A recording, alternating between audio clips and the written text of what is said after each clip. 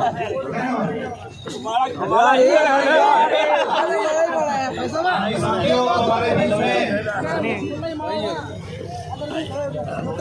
छोटे भाई गोविंद कांडा जी पहुंच रहे हैं। भाई गोविंद कांडा जिंदाबाद, भाई गोविंद कांडा जिंदाबाद। तारकेश्वर धाम के मुख्य सेवक मुख्य जिनका सिरसा के पूरे जिले में एक अपना अलग ही रसूख है, उनके साथ इंदौर गुज्जर जी, सुनील एमसी जी, रोहतास एमसी जी साहब, जितने भी सदस्यगण आए हुए हैं सभी का, योगेश ठाकुर जी का सभी का अभिनंदन व आभार करते हैं। मंच पर बैठे हैं उनका हार्दिक अभिनंदन व आभार। हमारे समाजों में जितने भी महापुरुषों ने जन्म लिया है उनके चरणों में नमन करता हूँ। मैं आप लोगों का ज़्यादा समय नहीं लूँगा क्योंकि शेर सिंह जी राणा को भी जाना है और सुखदेव सिंह जी को भी जाना है, लेकिन चलते चलते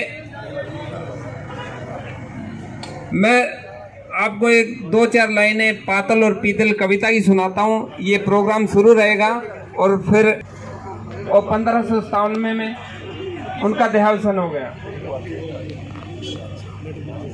हल्दी घाटी की भयंकर लड़ाई लड़ने के बाद हमारे बड़े भाई गोविंद कांडा जी को स्मृति चिन्ह निवेदन है। सभी प्रतिनिधि सभा के सदस्य मंच पर आए।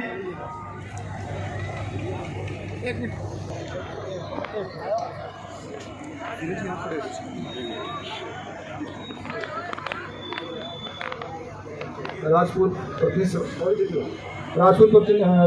सभा सिरसा के अध्यक्ष रविंद्र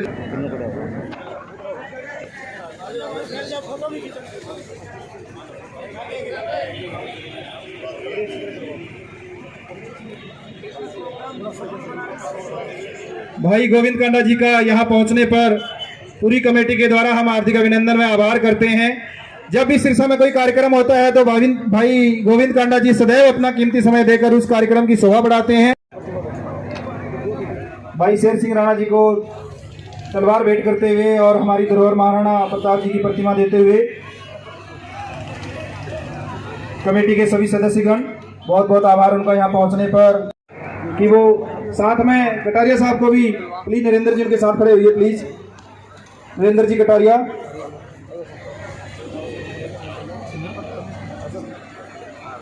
भाई नरेंद्र जी कटारिया, भाई गोविंद जी कांडा, हमारे शहर की आन बान और शान। अगर हमारे शहर में कोई भी कह दे भी जो कोहिनूर का हीरा है वो लंदन में है, पर हमारे शहर में जी बलराम जी, सिसोदिया जी, सतीश जी, पुखराज जी चौहान, रविंद्र राणा जी और ओम प्रकाश जी, सुनील एमसी जी का स्वागत और अभिनंदन करते हुए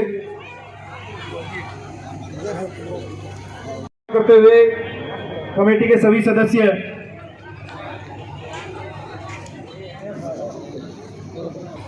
योगेंद्र खट्टर जी, कमेटी के द्वारा उनका हार्दिक अभिनंदन, यहाँ पहुंचने पर बहुत बहुत आभार।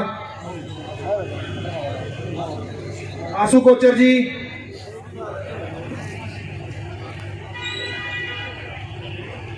बहुत बहुत आभार आशु कोचर जी का।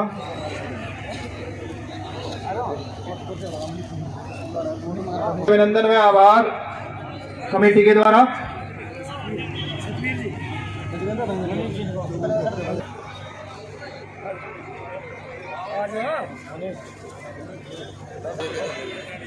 करनी सेना के प्रदेश अध्यक्ष भाई गणेश निवाड़ जी का हार्दिक अभिनंदन, रघुवीर जी प्रधान जी का हार्दिक अभिनंदन व आभार।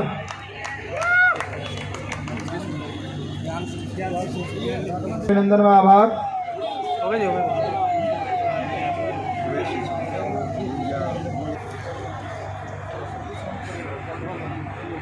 सिसोदिया जी, उपेंद्र राघव जी, सिसोदिया जी,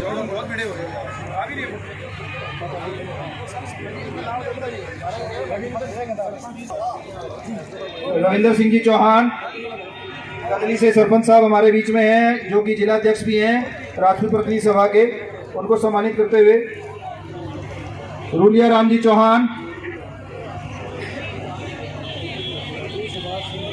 सुभाष सिंह जी निर्माण रंधावा के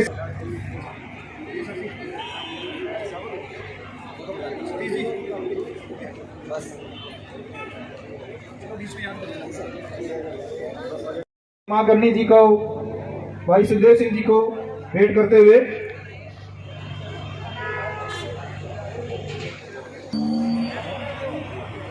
की उत्पत्ति करते रहते थे। आज जो हमारी आर्मी रो जिसको गुरिल्ला नाम देते हैं, वो गुरिल्ला छापामार पत्ती वीर शिरोमणि महाराणा प्रताप जी के टाइम से चली आ रही है। मेरे देश के नौजवान साथियों, इन्होंने इस हिंदुस्तान का नौजवान है जिसकी रगों में खून बहता है, उसको जगाने का काम किया और हिंदुस्तानियों के अंदर वो जज्बा और जोश पैदा किया कि अगर आप 10 हो और अगले 100 हैं, भिड़ जाओ। मां गन्नी जी को, भाई सुखदेव सिंह जी को भेंट करते हुए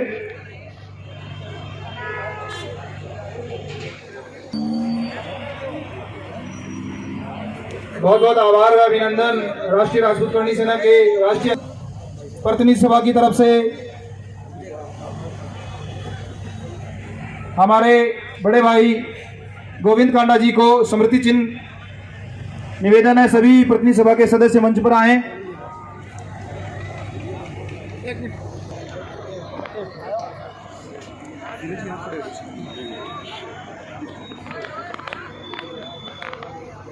राजपूत प्रतिनिधि सभा सिरसा के अध्यक्ष रविंद्र जी चौहान के द्वारा हमारे बड़े भाई साहब गोविंद कांडा जी को सिरसा की इस पावन जगह पर मौजूद सभी आदरणीय बुजुर्गगण, सभी युवा साथियों, आप सबको मैं अपनी ओर से और मेरे साथ जो मेरे सब साथीगण हैं, जिनमें युधिष्ठिर सिंह जी सालवन करनाल से, रमेश राणा जी भी करनाल से, और भी जितने हमारे सब साथी हैं, सभी की ओर से मैं आप सबको बहुत बहुत प्रणाम करता हूं, बहुत बहुत चरण स्पर्श करता हूं। जो मंच पर हमारे सम्मानित अतिथि मौजूद हैं, जिनमें श्री गोविंद कांडा जी और हमारे जो सिरसा से एमसी हैं, मैं क्षमा चाहूँगा मुझे नाम, क्योंकि पहली बार आया मैं तो नाम में कन्फ्यूज़न है, उनको भी मैं बहुत बहुत अपनी ओर से, और जो क्षत्रिय या दूसरे संगठनों के यहाँ पे पदाधिकारी बैठे हैं उनको भी मैं बहुत प्रणाम करता हूँ अपनी ओर से। देखिए, आपको पता है कि मैं कोई बहुत अच्छा वक्ता नहीं हूँ और मेरी आवाज़ भी उतनी धाकड़ नहीं है, तो मैं आपको हो सकता है जोश ना दिला पाऊँ, लेकिन मैं जो 5 या 10 मिनट की अपनी बात आपके बीच में रखना चाहता हूँ, उससे हो सकता है कि आपको एक नई दिशा मिल जाए। हम सबको मालूम है कि महाराणा प्रताप जी की आज जयंती है, जिसको मनाने के लिए हम सब लोग यहाँ एकत्रित हुए हैं, और वीर शिरोमणि महाराणा प्रताप जी हम सब के आदर्श हैं, और जो भी स्वाभिमानी व्यक्ति है, जो भी राष्ट्रवादी है, उन सब के प्रेरणा स्रोत है महाराणा प्रताप जी, चाहे वो किसी भी जाति या किसी भी धर्म के क्यों ना हो। हम लोगों ने हरियाणा के अंदर राज्य स्तरीय महाराणा प्रताप जयंती पिछले साल भिवानी में मनाई थी, जिसमें हमने सर्व समाज को बुलाया था, और मुझे लगता है कि करीब 50,000 से ऊपर लोग वहाँ पर मौजूद थे। आज भी करनाल के अंदर दोपहरी में एक भव्य कार्यक्रम हम लोगों ने किया, और एक महाराणा प्रताप जी की मूर्ति का अनावरण भी हमने वहाँ पे किया, और मेरा सौभाग्य है कि वो मौका भी मुझे मिला, समाज ने दिया कि वो मेरे हाथ से उन्होंने मूर्ति का अनावरण कराया।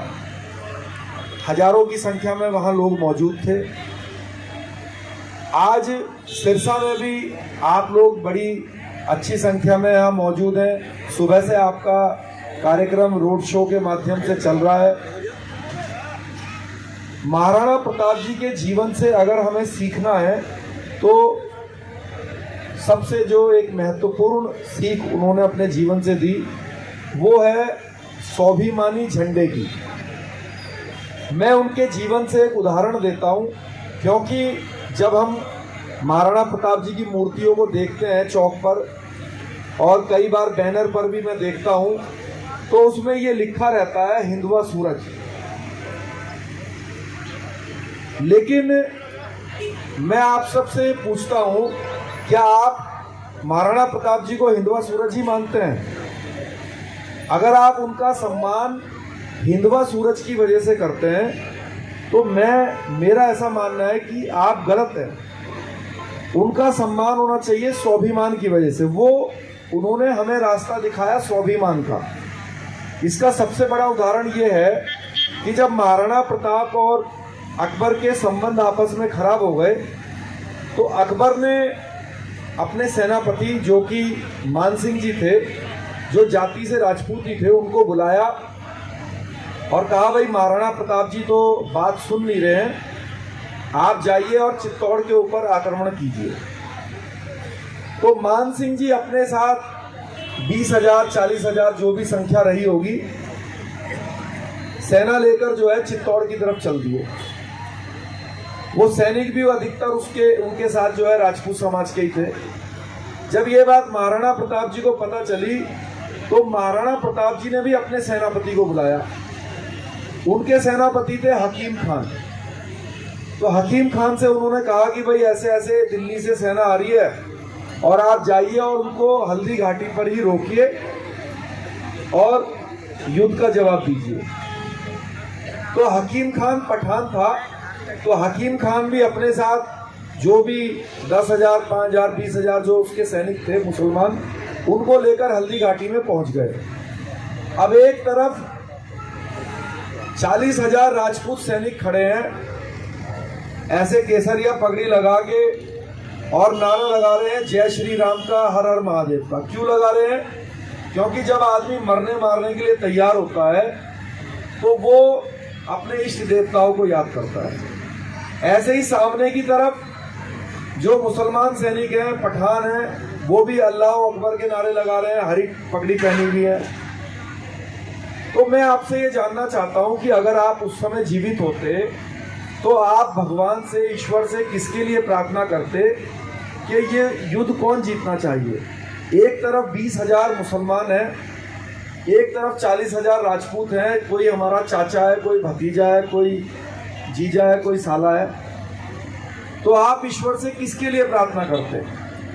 अब यहाँ पे दोनों जो बैठे हैं हमारे सब लोग, इसमें अलग अलग उत्तर हो सकते हैं। कुछ सोचते होंगे कि भाई राजपूत जीतने चाहिए, हमारे भाई हैं, भतीजे हैं। कुछ सोचते होंगे मुसलमान जीतने चाहिए। तो हम दोनों को एक एक बार जीता हुआ मानते हैं और ये महसूस करते हैं कि किसके जीतने से हमारे जीवन पर, हमारे समाज के ऊपर क्या फर्क पड़ेगा। तो सबसे पहले हम राजपूतों को जीता हुआ मानते हैं। अब राजपूत जीत गए और जीतने के बाद पूरी सेना यहाँ पर आई, सिरसा में आई, मान लीजिए यही है चित्तौड़ और यही किला है। अब जीत की निशानी क्या होगी? जीत की निशानी होगी कि जीती हुई सेना किले के ऊपर जाएगी और अपने जीत का झंडा फहराएगी। तो अब प्रश्न ये है आपसे कि जब मान सिंह जी और सैनिक आएंगे और किले के ऊपर जाकर झंडा फहराएंगे तो वो किसका झंडा फहराएंगे? अकबर का। और अगर हकीम खान युद्ध जीत जाते तो वो किले के ऊपर जाकर किसका झंडा फहराते? महाराणा प्रताप का। तो इस बात से हमारे क्या बात समझ में आई कि जीत जो है वो हमेशा झंडे की होती है। चाहे जब से ये धरती शुरू हुई है, जब से ये धरती शुरू हुई है, यहाँ पर इंसान आए हैं और जब तक ये आगे धरती रहेगी, जीत सिर्फ झंडे की होती थी और सिर्फ झंडे की होगी।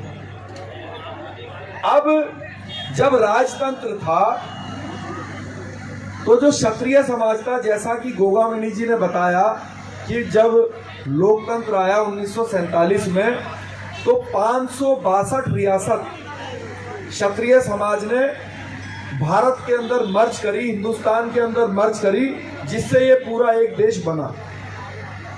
तो क्या पता चलता है कि जो हमारे पूर्वज थे वो अपना झंडा बनाते थे, तभी तो 562 झंडे बने।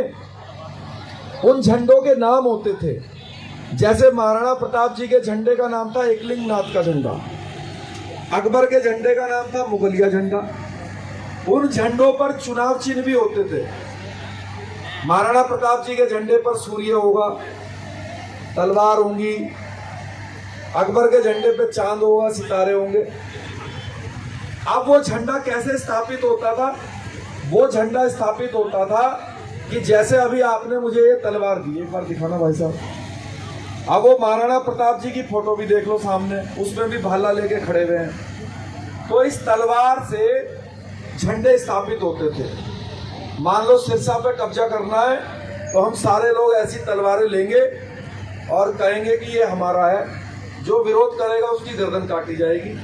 और फिर जब हम जीत जाएंगे, झंडा यहाँ रहेगा, उसमें से एक राजा बनेगा, जो सहयोगी होंगे, कोई सेनापति बनेगा, कोई जागीरदार बनेगा, कोई कुछ बनेगा। ये झंडा स्थापित करने का राजतंत्र के अंदर नियम था, तरीका था। लेकिन जब 1947 में लोकतंत्र आया तो जो आज का आधुनिक हथियार है जिससे सत्ता स्थापित होती है, इस तलवार में, जो कि सत्ता का सूचक है, इसीलिए हम इसका सम्मान करते हैं। दशहरे पर इसकी पूजा भी करते हैं। इसकी पूजा किस लिए करते हैं? कि ये सत्ता का सूचक है, इसीलिए तो करते हैं, वरना तो इतनी सी तलवार से क्या कुछ हो रहा किसी का। लेकिन क्योंकि ये सत्ता का सूचक है, इसलिए हम इसकी दशहरे पर और पूजा भी करते हैं और सम्मान देने के लिए हमें आपने दिया भी अभी। लेकिन क्या लोकतंत्र के अंदर इस तलवार से मैं गांव का सरपंच भी बन सकता हूं? मोदी जी आप देश के प्रधानमंत्री हैं, तो क्या उन्होंने तलवार चलाई महाराणा प्रताप जी की तरह?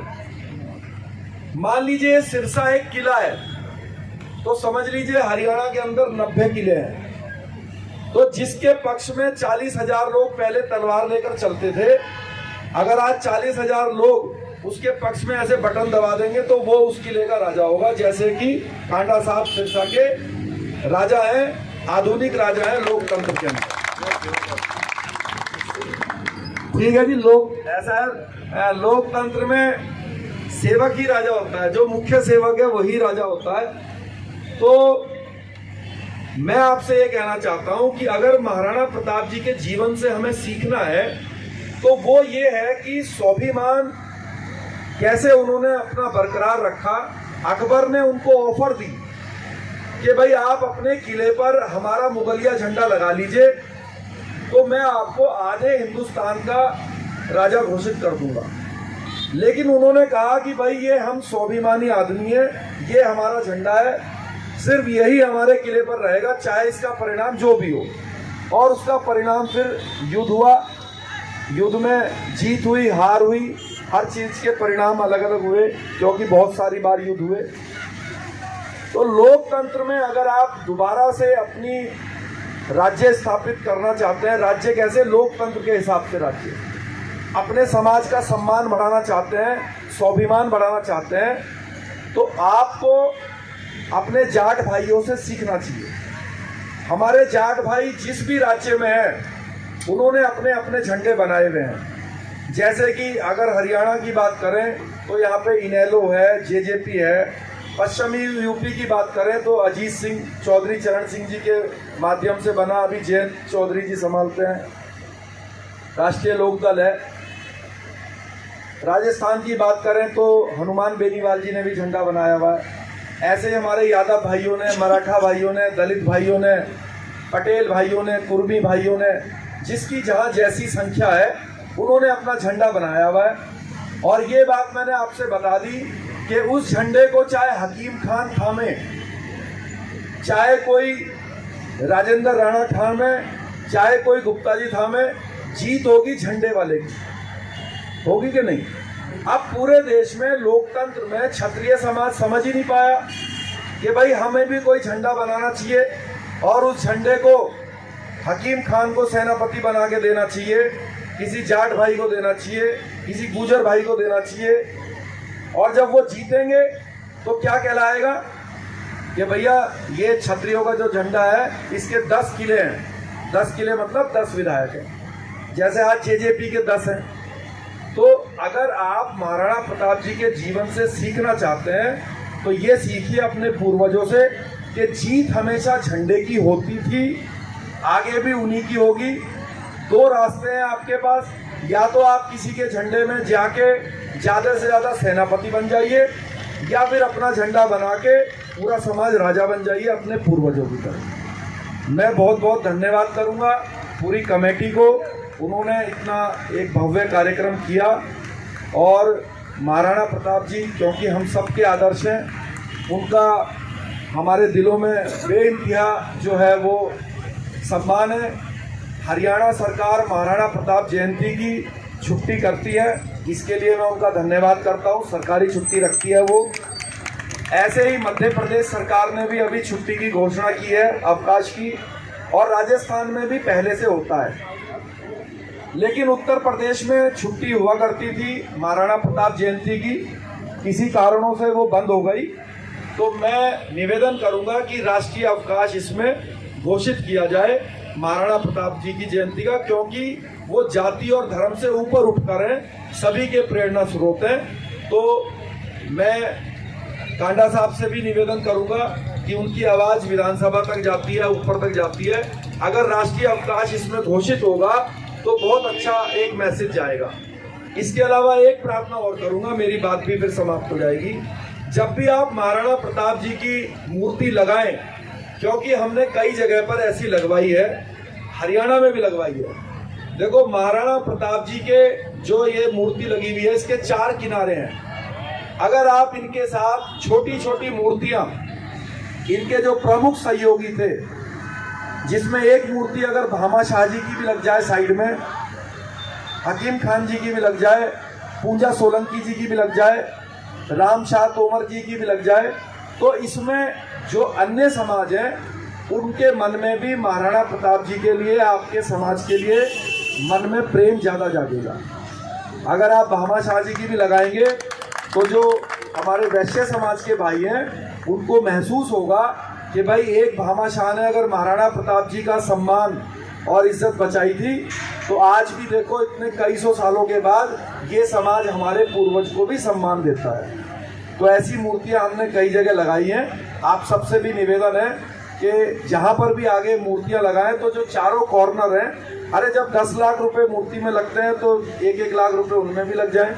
हमने हरियाणा में एक जगह बात करी तो एक वैश्य समाज के भाई बैठे थे, उन्होंने कहा जी मुझे आपकी बात इतनी पसंद आई कि महाराणा प्रताप जी की जो मूर्ति है उसके लिए तो पैसे दूंगा मैं, और भामा शाह जी की जो मूर्ति है उसके लिए देगा राजपूत समाज।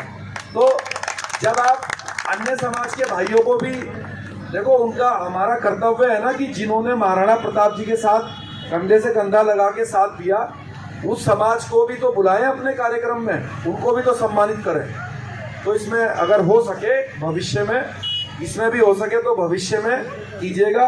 बहुत बहुत धन्यवाद आपका। जय हिंद, जय महाराणा।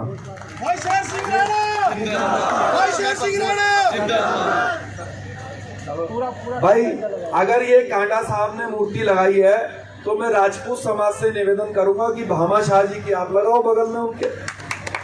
भाई अभी जो है अलियर चौक है गुड़गांव में, अभी 2 महीने पहले मैंने एक मूर्ति का उद्घाटन किया था पृथ्वीराज चौहान जी की। तो जब वो गांव वाले प्रोग्राम लेने आए, मैंने उनको कहा भाई पृथ्वीराज चौहान जी इसलिए अमर हैं कि जो उनके मित्र थे कवि चंद्र बरदाई जी, अगर ये दोहा 4 बास 24 गज अष्ट अंगुल प्रमाण तहा ऊपर सुल्तान है मत चूको चौहान, अगर ये लाइन है पृथ्वीराज चौहान जी के जीवन से हटा दी जाए तब तो पृथ्वीराज चौहान जी महान बनेंगे ही नहीं। भाई ये लाइनें आई, इन लाइनों को सुनकर ही तो पृथ्वीराज चौहान जी ने इस राष्ट्र के सबसे बड़े दुश्मन शहाबुद्दीन गौरी को तीर से मारा। तो जो ये लाइन बोलने वाला व्यक्ति है और जो जिसको मालूम है कि ये बोलने के बाद उसकी मृत्यु भी निश्चित है, तो उसकी कितनी बड़ी कुर्बानी है। तो हमारा कर्तव्य है। तो उन्होंने अलियर चौक पर एक तरफ पृथ्वीराज चौहान जी की मूर्ति लगाई, तो दूसरी तरफ जो है वो उनके मित्र चंद्रबरदाई भट्ट की भी मूर्ति लगाई मेरे कहने से। तो ऐसे ही मेरा निवेदन है कि महाराणा प्रताप जी के भी जो सहयोगी है चारों, उसमें भामा शाह जी हैं। अब तो ये मूर्ति तो क्योंकि कांडा साहब ने बनाई, तो भैया दूसरी मूर्ति तो आप ही लोगों को बनानी पड़ेगी, उनसे तो हम बोल नहीं सकते। तो बहुत बहुत धन्यवाद। जय हिंद। बहुत बहुत धन्यवाद। बोलिए वीर शिरोमणि महाराणा प्रताप की। सर्वप्रथम गुरु चरणों में नमन करता हूं। वीर शिरोमणि महाराज प्रताप जयंती पर उनके चरणों में नमन करता हूं। श्री राष्ट्रीय राजपूत करनी सेना के राष्ट्रीय अध्यक्ष श्री सुखदेव सिंह जी गुगामेडी अभी हमारे बीच में थे। श्री शेर सिंह जी राणा आरजेपी पार्टी से राष्ट्रीय अध्यक्ष, श्री बलराम सिंह जी तंवर करनी सेना के जिला अध्यक्ष, श्री सतीश जी राणा हमारे पिता के समान श्री छगनलाल जी, श्री बबलू जी सिसोदिया, श्री राजीव जी भाटी, श्री योगेश जी ठाकुर, श्री तिलकराज जी, श्री मनीष जी, श्री भूपेंद्र सिंह जी, श्री पुखराज जी, श्री सुरेश जी, श्री रूणीराम जी, श्री मनोहर सिंह जी, श्री रविंद्र जी चौहान, श्री तिलकराज जी चंदेल। बहुत ही पुराना दोस्त है मेरा, अलग अलग पार्टियां रही है लेकिन मेरा पारिवारिक संबंध रहा है, लेकिन प्यार हमारे में दोनों में आज भी वही है। करीबन 45 साल से हमारी दोस्ती है दोनों की, तो बड़ा ही मान सम्मान है। तिलकराज चंदेल, श्री रवि जी राजा, श्री बलवान जी तंवर, श्री योगेश जी ठाकुर, श्री धीरज जी, और मेरे साथ आए हमारे भाई इंद्रोज जी गुर्जर, भाई सुनील कुमार एमसी, भाई रोहतास जी एमसी, भाई नरेंद्र जी कटारिया, आशुष जी कोचर, विजय ठाकुर जी, भाई सुहास चौधरी जी, और मेरे बुजुर्गों, नौजवान साथियों, मेरे दोस्तों, जहाँ तक भी मेरी आवाज़ जा रही है, कहीं भी मेरी माताएं, मेरी बहनें और स्टेज पे बैठे सभी महानुभाव, आप सभी को मेरा सादर प्रणाम है। मैं मेरी तरफ से, मेरे परिवार की तरफ से और पूरे जिला सिरसा की तरफ से आज महाराणा प्रताप जयंती की मैं आपको एक बार बहुत बहुत बधाई देता हूं आप सभी को। आज हमारे बीच में आपके राष्ट्रीय अध्यक्ष बैठे, बहुत पहली बार मौका मिला कि इतने बड़े समाज से, इतने बड़े पद पर रहते हुए, लेकिन जो इनको मैंने देखा है शायद ऐसा कहीं मिला हो। महाराणा प्रताप जी के ऊपर इन्होंने प्रकाश डाला। महाराणा प्रताप जी को हर आदमी जानते, लेकिन हमने अपना परिवार माना है हमेशा। जब भी छगनलाल जी हमारे पास आए थे, भाई गोपाल कांडा जी ने 2009 में शुरुआत की थी इलेक्शनों में, पहली बारी सिरसा के आशीर्वाद से विधायक बने और गृह मंत्री बने, तो मेरे पास छगनलाल जी आए, कहते हमारे समाज को मान सम्मान दिलाना है। तो मैंने सबसे पहले ये बात कही थी कि सिरसा के अंदर अगर सिरसा से कोई जाएगा तो उसको सबसे पहले महाराणा प्रताप चौक मिलेगा, नमस्कारी करके यहाँ से सिरसा के अंदर। लेकिन आज 10-12 साल पुरानी बात हो गई है, सिरसा बहुत आगे तक निकल गया है, तो इसलिए सबसे पहले अगर चौक बना था तो महाराणा प्रताप चौक सिरसा में शुरुआत हुई थी, क्योंकि ये समाज हमारा आपका अपना परिवार है। भाई गोपाल कांडा जी ने कभी भी 36 बिरादरी पे राजनीतिक नहीं करी, उन्होंने तो 37वीं बिरादरी पे राजनीति करी है, इंसानियत की राजनीतिक पे बिरादरी पे राजनीति की है। हमेशा मेरा परिवार रहा है सिरसा, चाहे वो कोई भी बिरादरी से रहा हो, हमेशा से मान सम्मान भाई गोपाल कांडा जी ने उनको दिया है।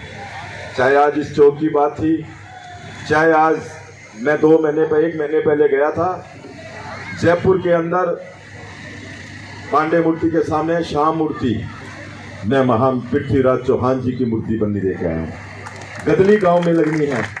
और ऐसा ही आज जब जिन्होंने प्रकाश डाला कि उनके साथ उनके मूर्ति किसकी लाई आपने? नहीं, पृथ्वीराज चौहान जी के साथ चंद्रबराज, ये नोट करो भाई लक्ष्मण, हम उनकी मूर्ति भी साथ बनवा कर लेके आएंगे। मैं सुबह ही जयपुर फोन करेंगे कि दोनों मूर्तियाँ साथ लगे, क्योंकि बहुत बड़ी चीज़ थी। जिन्होंने एक आवाज़ सुनकर तीर चलाकर इतने बड़ा काम किया, बहुत बड़े थे। महाराणा प्रताप का तो आप बहुत गुणगान हुआ है, यहाँ पर सभी जानते हैं। और मैं हमेशा से ही मेरे परिवार के साथ रहा हूँ। आज मुझे बताया है कि यहाँ कोई पार्क है, महाराणा प्रताप चौक है, महाराणा प्रताप पार्क के नाम से ये बनेगा। जहाँ भी इसका खर्चा आएगा मैं कमेटी से लिखित में बड़ा सुंदर चौक बनाकर दूंगा। और हमारे बीच में मैंने हमारी चेयरपर्सन रीना सेठी जी थे, उस समय ये चौक पास भी है। महाराणा प्रताप चौक के नाम से महाराणा प्रताप पार्क के नाम से ये चौक पास करवा के रखा हुआ है। लेकिन इसका सौंदर्यकरण के लिए मेरे को जो मेरी ड्यूटी लगाएंगे मैं इनको बुलाकर ये काम करूँगा। हमारे बीच में राणा जी बैठे हैं कि उन्होंने बताया कि यहाँ मूर्ति भामाशाह की भी लगनी चाहिए, उनके सहयोगियों की भी लगनी चाहिए। लेकिन मैं चाहूँगा कि जब ये पार्क सौंदर्यकरण हो तो उसके अंदर हर मूर्ति यहाँ पर लगे और मेरी तरफ से लगे, मैं मूर्ति बनवा कर लेकर आऊँगा। जितनी भी मूर्ति आज राणा जी यहाँ बताकर जाएंगे आप नोट कर लें कि उस पार्क के अंदर, महाराणा प्रताप पार्क के अंदर वो मूर्तियाँ लगेगी, यहाँ इस चौक से स्थापित होगी।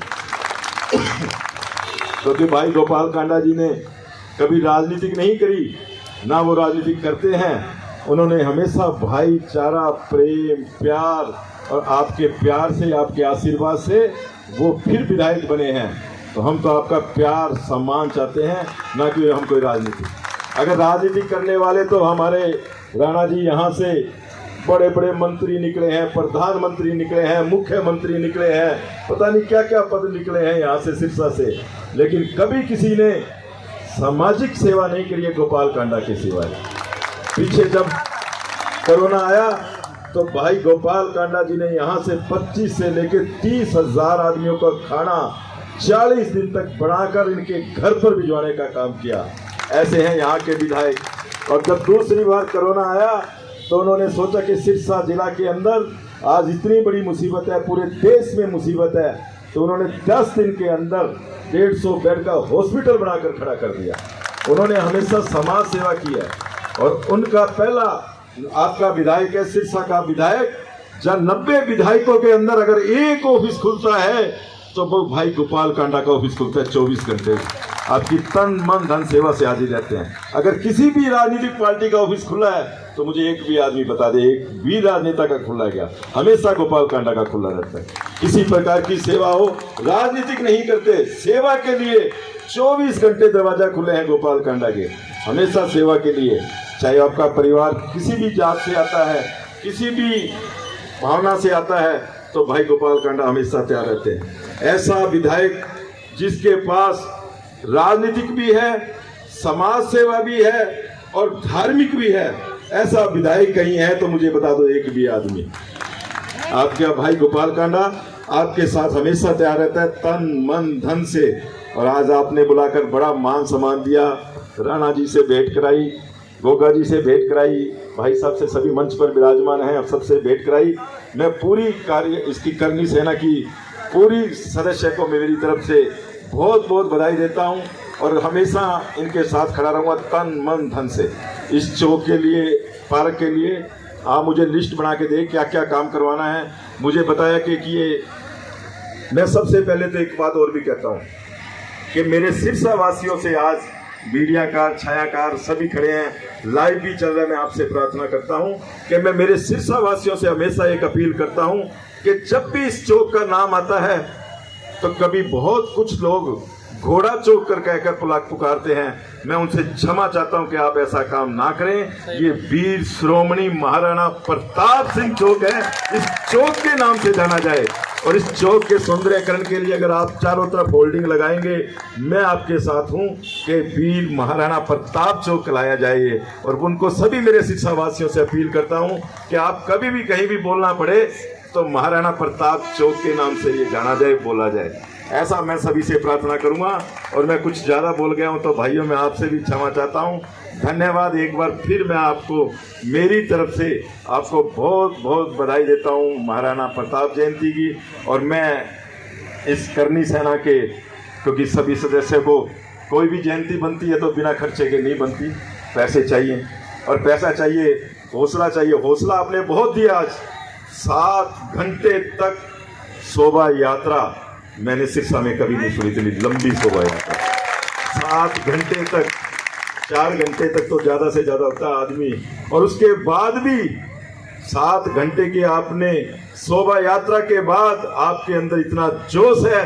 मैं आप सभी को सलाम करता हूं, आपको प्रणाम करता हूं कि ऐसे ही आप महाराणा प्रताप के वंश से हैं कि जितना जो 7 घंटे आदमी शोभा यात्रा में चलने के बाद जो जोश देखा है, मैं आप सभी को प्रणाम करता हूं। और मैं मेरी तरफ से 51,000 रुपये की देने की घोषणा करता हूं। और इस चौक के ऊपर जो सरकारी पैसा लगेगा उसके अलावा भी अगर कोई चीज़, जितनी मूर्ति लगेगी, कोई और खर्च आएगा, वो मैं मेरी तरफ से दूंगा आपके बीच में। आपका भाई कि इस चौक का नाम यहाँ से महाराणा प्रताप पार्क, महाराणा चौक के नाम से जाना जाए। और आप सभी को एक बार बधाई देता हूँ। और एक बार सबसे एक जयकारे के साथ महाराणा प्रताप, महाराणा प्रताप, जय जय भवानी, जय जय भवानी, जय जय भवानी। धन्यवाद जी।